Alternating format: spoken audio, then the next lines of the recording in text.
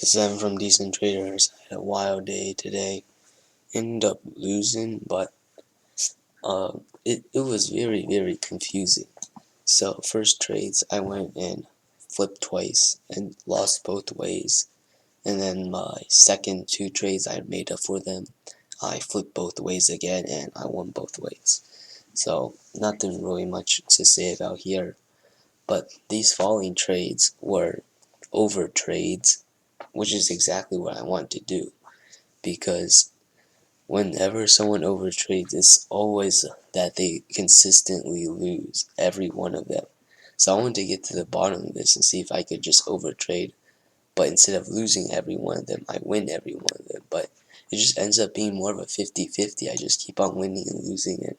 It's just hard for me to figure out how people just keep on consistently losing. Like it's so hard to do when you're trying to consistently lose, but when end up flipping it.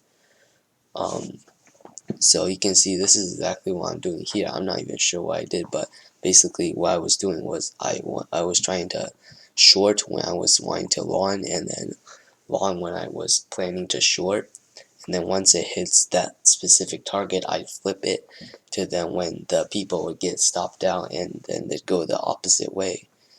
But as you can see, it just ends up being more of a 50-50 here. And I'm not really winning, and I'm not really losing at the same time. But the main loss here I got to the bottom of was where I actually tried to use this strategy, which some god told me, and I was like, yeah, this sounds pretty good, like maybe I should try using it. So I went in for a long position over here, and it just looked exactly like how it would in that guy's trade book.